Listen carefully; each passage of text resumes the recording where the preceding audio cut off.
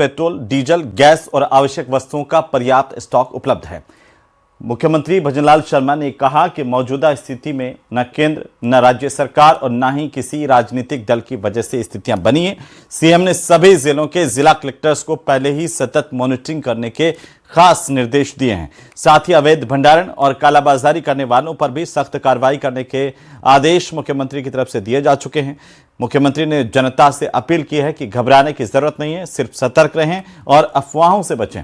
साथ ही सर्वदलीय सहयोग के लिए सभी दलों का आभार भी सीएम ने प्रकट किया। बैठक में विपक्ष के नेता टीकाराम जूली ने भी सरकार को समर्थन देते हुए कई सुझाव दिए हैं। उन्होंने कहा कि विपक्ष सरकार के साथ खड़ा हुआ है।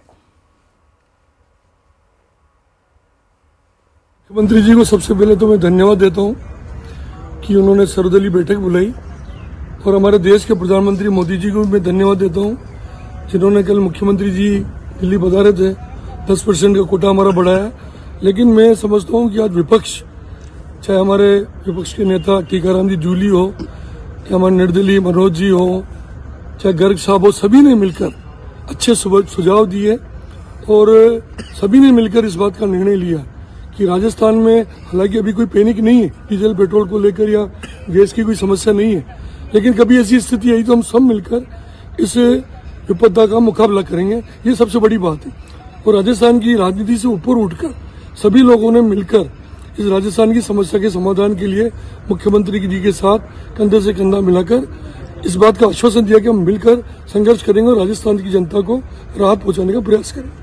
देखिए, मुख्यमंत्री जी ने जो आज हम सब लोगों को बुलाया था, सभी राजनीतिक दलों के लोगों को, और जो स्थिति आज है उसके बारे में चर्चा की।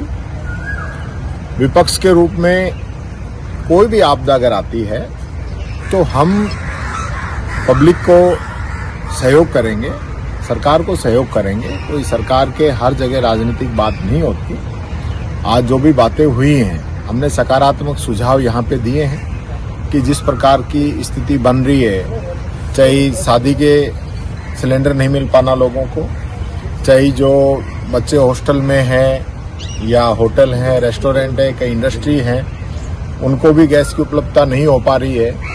अभी सीएम साहब ने पीएनजी के लिए ऑर्डर किए हैं, तो उसमें भी हमने कहा कि भाई ये जो लोगों ने अब तक क्यों अटका के रखा था, अब आप कह रहे हो कि इनको एनओसी जारी करें, तो पहले से लोगों को क्यों अटका के रखा था, उन पर भी कार्रवाई होनी चाहिए ना।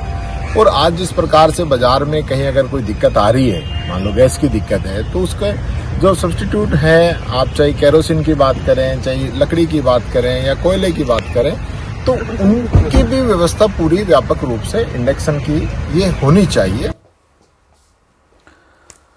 तो वहीं उत्तर प्रदेश में अखिलेश यादव ने गैस की किल्लत को लेकर बीजेपी पर बड़ा निशाना साधा। अखिलेश यादव ने नया स्लोगन दिया, एक कचौड़ी एक समोसा, गैस पर नहीं भरोसा। एलपीजी का मतलब लापता गैस। और अखिलेश यादव ने कहा कि जिनके यहां एलपीजी के कनेक्शन हैं, वो लोग भी बीजेपी के राज में लकड़ी कोयले से खाना बनाने के लिए मजबूर हैं। रिपोर्ट देखिए।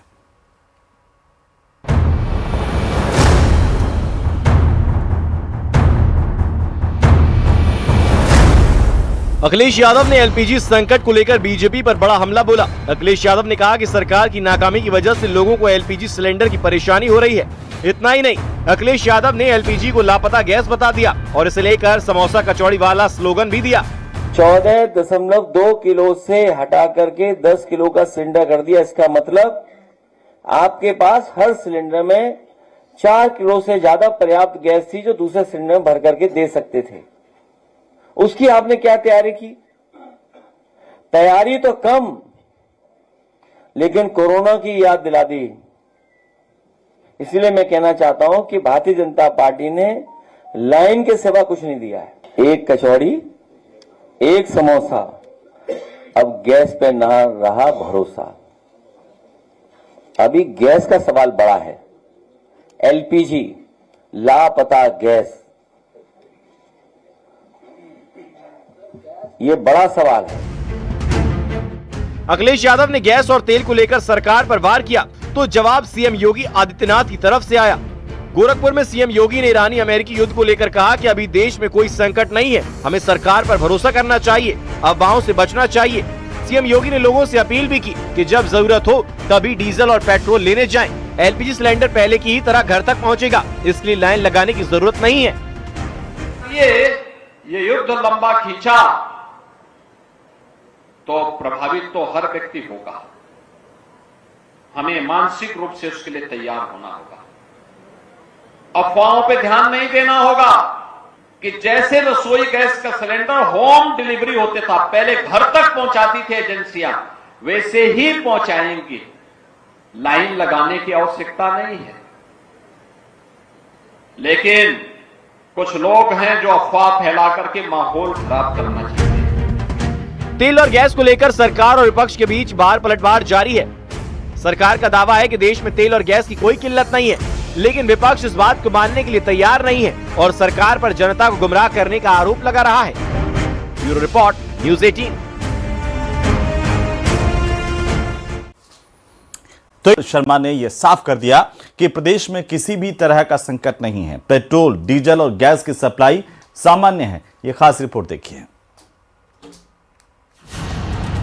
अफवाहों पर वार, सप्लाई बरकरार, ईंधन पर कंट्रोल, सरकार का बड़ा रोल, गैस नेटवर्क विस्तार, संकट पर प्रहार। पश्चिम एशिया में चल रहे तनाव के बीच प्रदेश में गैस और पेट्रोल संकट को लेकर फैली अफवाहों पर सरकार ने ये साफ कर दिया है कि राजस्थान में पेट्रोल, डीजल, एलपीजी और उर्वरकों का पर्याप्त स्टॉक उपलब्ध है। लोगों को घबराने की कोई जरूरत नहीं है। मुख्यमंत्री ने अधिकारियों को सख्त निर्देश दिए हैं कि जमाखोरी, कालाबाजारी और अफवाह फैलाने वालों पर कड़ी कार्रवाई की जाए। साथ ही आमजन की शिकायतों का तुरंत समाधान सुनिश्चित किया जाए। भजनलाल सरकार ने एलपीजी और गैस से जुड़ी शिकायतों के लिए 24 घंटे हेल्पलाइन भी सक्रिय रखी है, ताकि लोगों को किसी तरह की परेशानी न हो और सप्लाई व्यवस्था सुचारू बनी रहे। मुख्यमंत्री भजनलाल के प्रयास के चलते राजस्थान को केंद्र सरकार की ओर से 10% अतिरिक्त कमर्शियल गैस का आवंटन बढ़ाया गया है। केंद्र सरकार ने हाल ही में राज्य के कॉमर्शियल गैस सिलेंडर के आवंटन में 10% की बढ़ोतरी की है, जिससे कि होटल इंडस्ट्री और हॉस्पिटल इंडस्ट्री को अब आसानी से कॉमर्शियल सिलेंडर मिल सकेंगे। ऐसे में कहा जा सकता है कि इनके मिलने से जो उद्योग प्रभावित हो रहा था, वो भी कहीं न कहीं राहत की सांस लेगा। प्रदेश सरकार ने सबसे बड़ा फैसला सिटी गैस नेटवर्क को लेकर लिया है। मुख्यमंत्री ने निर्देश दिए कि पाइप्ड नेचुरल गैस यानी पीएनजी कनेक्शन तेजी से बढ़ाए जाएं, ताकि एलपीजी पर निर्भरता कम की जा सके। इसके साथ ही होटल, रेस्टोरेंट और अस्पताल जैसे संस्थानों में भी गैस के वैकल्पिक साधनों को बढ़ावा देने की योजना बनाई गई है। तो घरेलू उपभोक्ता हमारी सबसे बड़ी प्राथमिकता थी और घरेलू में हम कह सकते हैं कि कहीं कोई समस्या नहीं है। दूसरा विषय, प्रमुख विषय हमारा ये कि कमर्शियल को लेकर है। तो कमर्शियल में माननीय मुख्यमंत्री जी द्वारा शिक्षण संस्थान और अपने हॉस्पिटल्स उनमें सुविधा दी गई और साथ में पीजी और कोचिंग क्लासेस उनमें सुविधा दी गई, मंदिरों में सुविधा दी गई, तो उसी डेयरीज में सुविधा दी गई। उसी कड़ी में जो 10% का और जो आज केंद्र सरकार ने एक्स्ट्रा कोटा दिया, तो उसका किस जगह हम और उपयोग कर सकते हैं, तो उसमें भी सब दलों के साथ ही सुझाव देंगे, तो उस पर भी हम कार्य करेंगे। सरकार का दावा है कि केंद्र और राज्य मिलकर सप्लाई सिस्टम को मजबूत बनाए हुए हैं और किसी भी तरह की कमी नहीं होने दी जाएगी। साथ ही लोगों से अपील की गई है कि अफवाहों पर ध्यान न दें। वहीं अब प्रधानमंत्री मोदी हर राज्य के मुख्यमंत्रियों से मिडिल ईस्ट के मुद्दे पर संवाद भी करेंगे। न्यूज़ 18 के लिए जयपुर से रोशन शर्मा की रिपोर्ट। उधर जयपुर में हुई